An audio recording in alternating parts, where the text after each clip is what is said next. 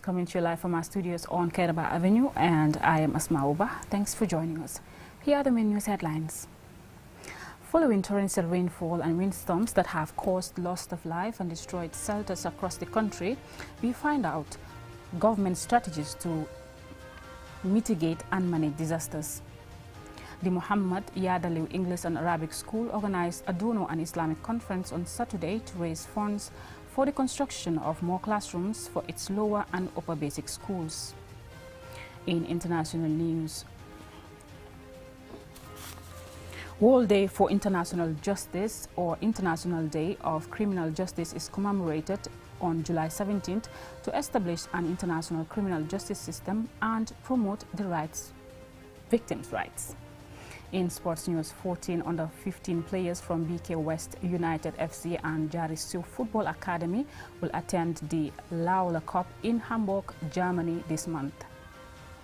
And in business news, the Central Bank of the Gambia has released the official foreign exchange valuation rates for the period 17th to the 23rd of July 2023. Those were main headlines. Now the news in detail.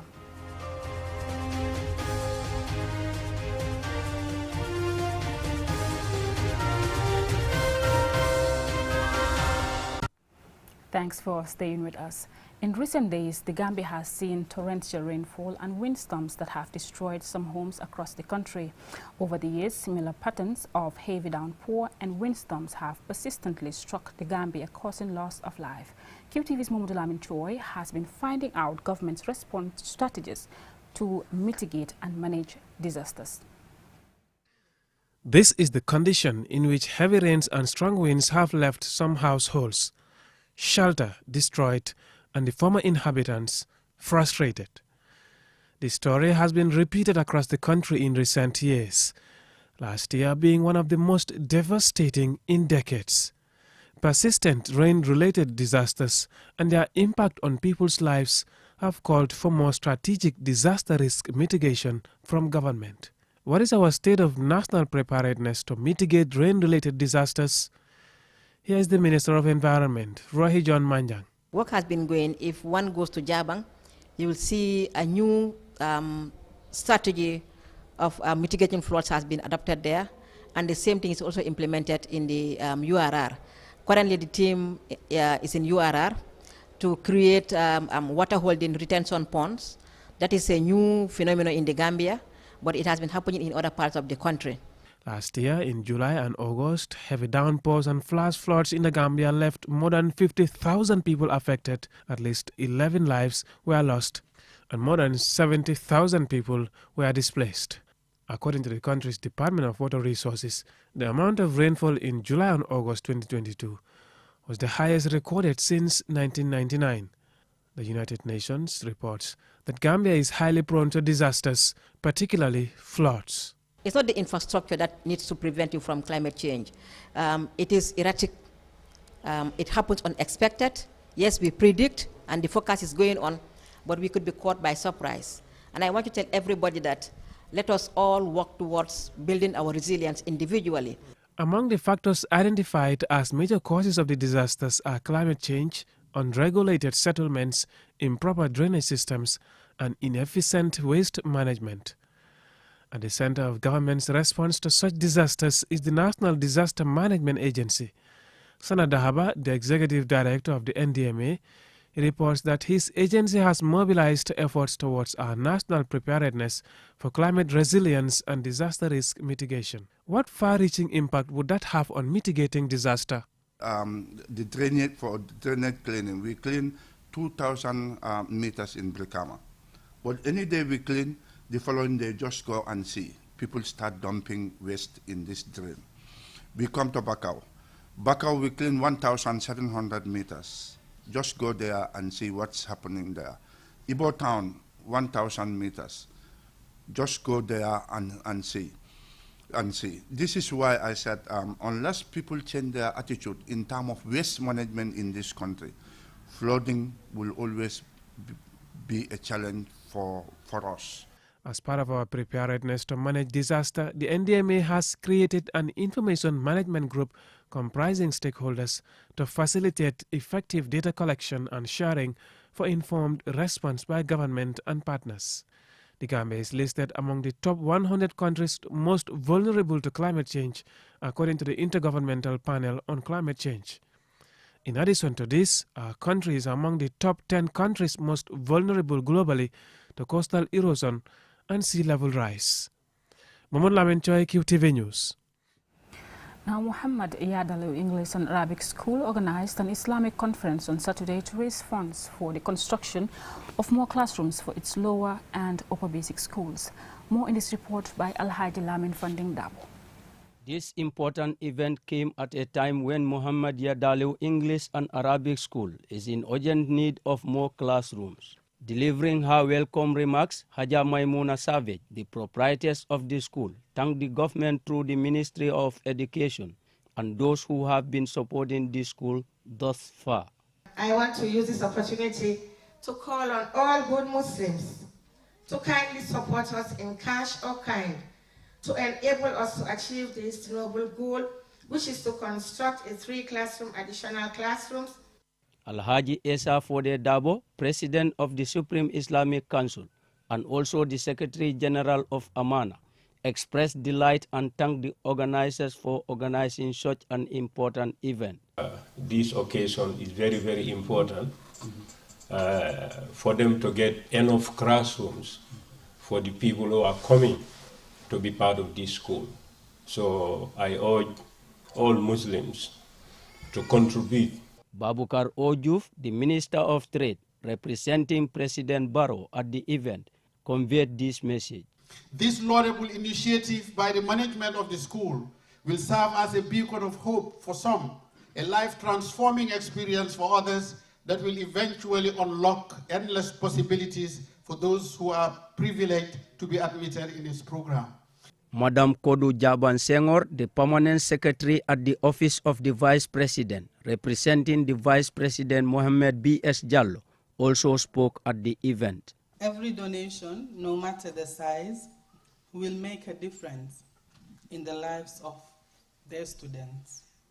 Your contribution will help provide quality education and a safe and welcoming environment for our children to learn and grow.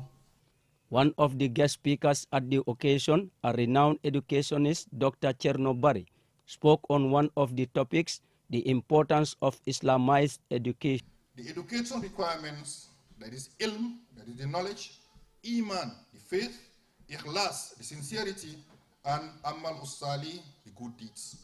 These are essential in the education component, in the Islamized concept of education. Imam Alhaji Usman Jah, board chairman of the school, shed light on the significance of spending in the cause of Islam. Allah the Almighty created everything, and He urged mankind to invest in the cause of Allah subhanahu wa ta'ala. And He gave that aspect a very important significance, that he who spend in the cause of Allah subhanahu wa ta'ala will get the support of Allah subhanahu wa ta'ala, and Allah will reward him in the hereafter, and He will double the reward. The fundraising event saw donations given to the school and pledges made in cash or kind towards the construction of classrooms for the 2023-2024 academic year. Dr. Brahma Jammeh, a board member, delivered the vote of thanks, while Imam Salim Savage led the closing prayer. The event was chaired by Alhaji Modu Juf and Imam Ibrahim H. Cham. I am Lamin Alhaji Funding Dabo. That story by Alhaji Lamin Funding Dabo will take us to a commercial break, but when we return, we have more international and sports news stories for you. Don't go away. Technology has always been at the forefront of our lives, and the way we use it has evolved drastically over the years. With the advent of 5G internet, we are entering a new era of technological innovation that promises to transform the way we live, work, and play. 5G internet is capable of providing data speeds up to 100 times faster than 4G, making it the ideal solution for streaming high-quality videos, playing online games, and downloading large files on the go. 5G internet is already transforming cities across the globe, powering smart cities, self-driving cars, and virtual reality experiences, that were once thought impossible. 5G internet is also paving the way for Internet of Things, allowing for seamless connectivity between devices and the creation of a truly connected world. For the first time in the Gambia, QCell is bringing tomorrow's technology to you today with the launch of QCell 5G Internet. Get ready to experience the out-of-this-world wonders of QCell's 5G Internet. For more information, call 111. QCell. We innovate, others follow. The future is now with QCell's 5G network. Experience speeds like never before with our new 5G Rocket Fixed Internet plan. Get speeds from 10 Mbps to 100 Mbps. Your 5G-enabled device. Walk into QCell headquarters to get one of our 5G routers and experience the true feeling of 5G. Only with QCell. QCell brings you the future. Tech, innovation, incredible speed. The future is now. For more information, call our customer care on 111. QCell, Sunyapus. We innovate, others follow. Terms and conditions apply.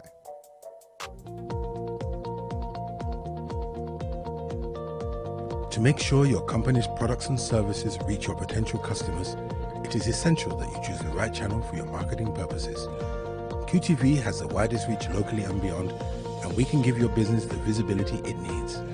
Call QTV Marketing on +220 324 4444 or email us at marketing@qtv.gm and take your business to the world.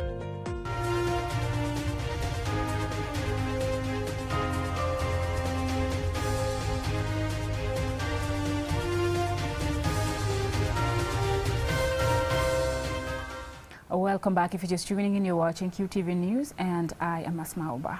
Now let's take a look at international news.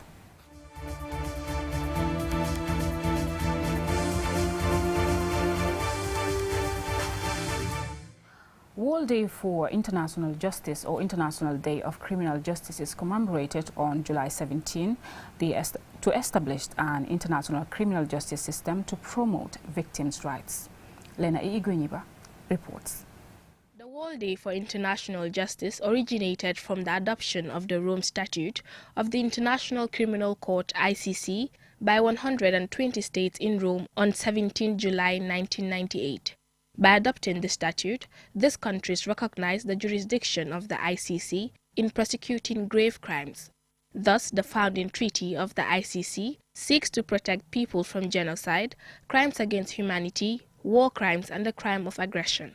The ICC is a permanent court that can examine and charge people who committed mass killing or genocide, humanity crimes, or war offenses. The ICC's objective is not to replace national courts, but to intervene when a nation is unable or unwilling to investigate and prosecute offenders. Therefore, the World Day for International Justice promotes international criminal justice and support the work of the ICC. Rwandan genocide suspect Felician Kabuga has appeared at the ICC accused of encouraging and backrolling the mass killing of Rwanda's Tutsi minority in 1994 genocide. His trial began last year, nearly 3 decades after the 100-day massacre left 800,000 dead. He is in custody at a UN detention unit in The Hague and isn't expected to be released despite judges ruling that he is unfit to stand trial due to dementia. The ICC has handled other high-profile cases, including those of Thomas Lubanga, a suspect in Congolese war crimes, former Ivory Coast President Laurent Gbagbo, and Sudanese Defense Minister Abdelrahim Mohamed Hussein, among others, for crimes against humanity. Sometimes the question is asked, what is the difference between the International Criminal Court, ICC, and the International Court of Justice? The International Court of Justice is a civil court that hears disputes between countries. The ICC is a criminal court that prosecutes individuals. An example of this is that the International Court of Justice, ICJ, is hearing the ongoing case brought by the Gambia against Myanmar, addressing Myanmar's alleged violations of the Genocide Convention against the ethnic Rohingya population in northern Rakhine State. Such a case could not be brought before the ICC. World Day for International Justice highlights the significance of upholding the rule of law, respecting human rights, and combating impunity for those accountable for such heinous acts. It also underscores the challenges faced by the victims and emphasizes the necessity of safeguarding their rights, amplifying their voices, and ensuring their acknowledgement. Fatou Bensouda is a Gambian lawyer and former prosecutor of the International Criminal Court from 2012 to June 2021, after having served as a deputy prosecutor. On this day, we stand in solidarity with all the victims of oppression and hope that all those accused of committing heinous crimes will face justice. Reporting for QTV News, I am Lena E. Gwenyiba. Still on international news, in another major step in the campaign to reduce, if not end illegal migration to Europe, the European Union and Tunisia have signed a $1 billion deal to fight illegal migration. Leaders from the EU want a strategic pact with Tunisian President Kais Saied to stem the flow of illegal migration to Europe. Aliou Cissé reports. In June, Belgium pledged more assistance to Tunisia to better fight illegal migration, which had and continues to claim lives of thousands of migrants. Outgoing Dutch Prime Minister Mark Rutte and Italian Prime Minister Giorgia Meloni accompanied European Commission President Ursula von der Leyen on the trip to Tunis, the second in a month. The delegation held talks with the Tunisian president on how to tackle the growing problem before wrapping up the visit by signing the deal. Tunisia, which lies on a major route for migrants and refugees traveling to Europe, is also a transit point for many migrants from sub-Saharan Africa and other parts of the continent. Several boats have sunk off Tunisian coast, leaving many dead. Many families are still not sure whether their relatives are alive or not. On Friday, Italy's Minister of Interior announced that more than 75,000 migrants have arrived on its shores by boat so far in 2023, more than double the 31,900 who arrived during the same period in 2022. There is a hope that the new pact with Tunisia will boost efforts against illegal migration. It contains agreements on disrupting the business model of people smugglers and human traffickers, strengthening border control and improving registration and return, the Dutch Prime Minister tweeted. On July 3rd, hundreds of migrants fled or were forced out of Sfax, Tunisia's second largest city and a departure point for migrants, after racial tensions flared following the killing of a Tunisian man in an altercation between locals and migrants. AFP news agency reported that Libyan border guards rescued dozens of migrants they say had been left in the desert by Tunisian authorities without water, food or shelter. Amin Sunusi, an independent journalist in Tunis, said anti-migrant sentiments has been building in the past few weeks within Tunisia, a country that doesn't have a legal framework to welcome migrants. Reporting for QTV News, I am Aliou Cissé. From International by Aliou Cissé, let's take a look at sports news.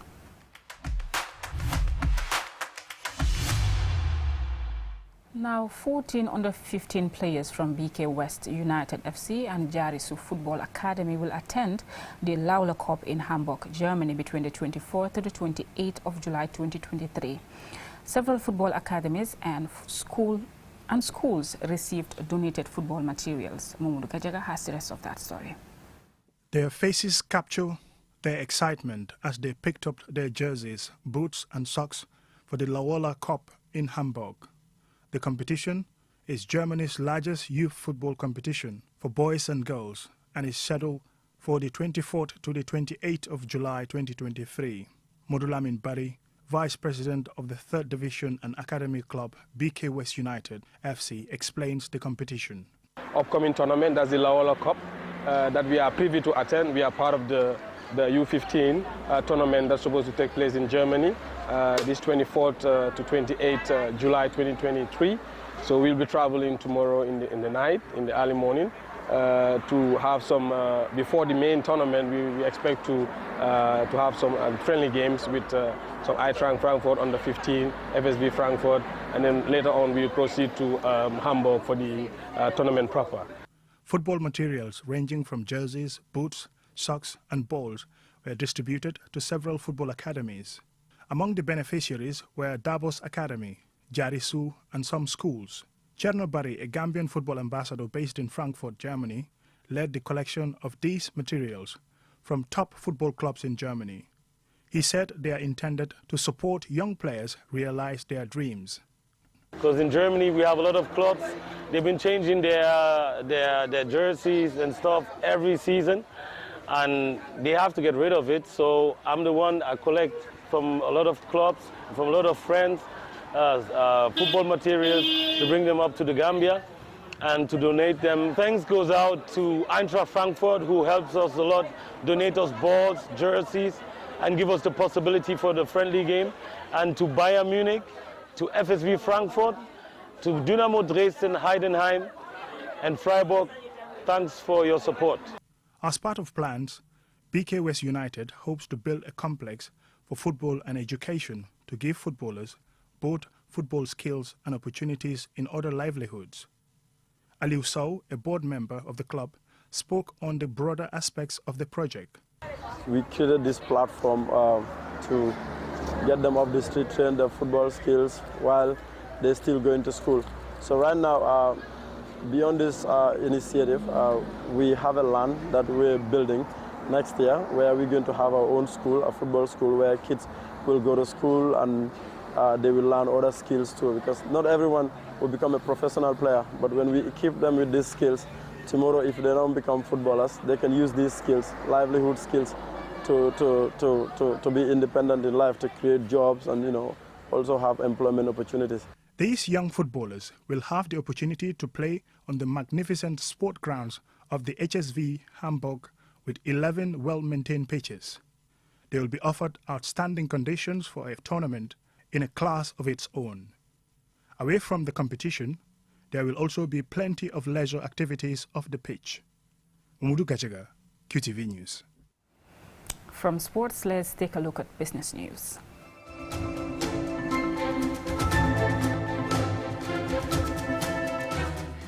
Now, the Central Bank of the Gambia has released the official foreign exchange valuation rates from the period 17th to the 23rd of July 2023. Here are those rates. The Central Bank of the Gambia has released the following official foreign exchange rates for valuation purposes, applicable from the 17th of July to the 23rd of July 2023. The rates are as follows. $1 US, $59.51 batuts. €1, $65.35 batuts. 1 British pound, $75.42 batuts. 1 Swiss franc, $65.50 batuts. 5,000 CFA franc, $479.78 batuts.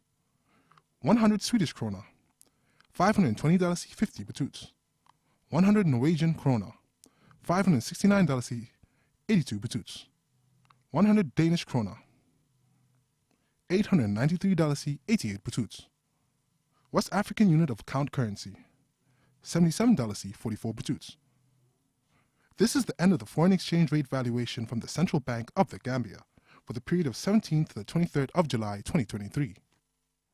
Well, I'm afraid that's all we have for you on this news bulletin, but before we go, a recap of our main news headlines. Following torrential rainfalls and windstorms that have caused loss of life and destroyed shelter across the country, we found out government's response strategies to mitigate and manage disasters. Muhammad Yadaliu English and Arabic School organized a Dono and Islamic conference on Saturday to raise funds for the construction of more classrooms for its lower and upper basic schools.